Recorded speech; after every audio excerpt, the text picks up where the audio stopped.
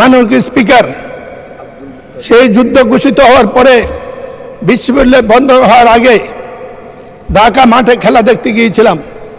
আপনি তখন ওয়ান্ডার্স ক্লাবের খেলোয়াড়। আপনার ফুটবল খেলা দেখে প্রথমবারের মতো আমি সেদিনে আপনার প্রেমে পড়ে গিয়েছিলাম।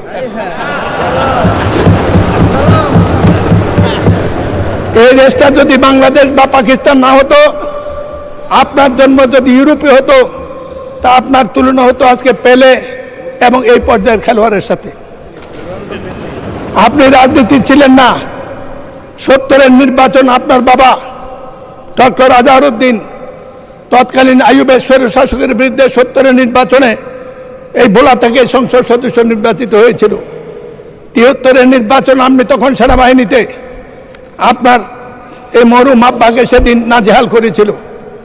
তখনই রাজনীতিতে আপনার আকাঙ্ক্ষা ঘু করে মানুষের এই সংসদে জাতি জানে না যে কজন বীর বাঙালি মুক্তিযুদ্ধের শুরুতে শহীদ জিয়ার আহ্বানের পরে আপনারা ক্যান্টনমেন্ট ভঙ্গ করে প্রতিপক্ষ পাকিস্তানি কমান্ডারকে নিহত আহত করে সোলজার নিয়ে সরাসরি মুক্তিযুদ্ধে অংশগ্রহণ করেছেন। শোনেন, এর পরবর্তী পর্যায়ে রাজনীতিতে আসার জন্য প্রথম দিন জন্য আপনি আকাঙ্ক্ষা ব্যক্ত করেন।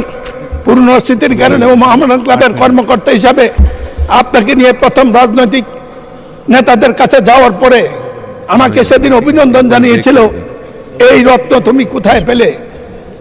আজ আমি প্রশ্ন করতে চাই জনাব তারেক রহমানকে, এই রত্ন তিনি কোথায় খেতে পেলেন? আপনাকে অভিনন্দন।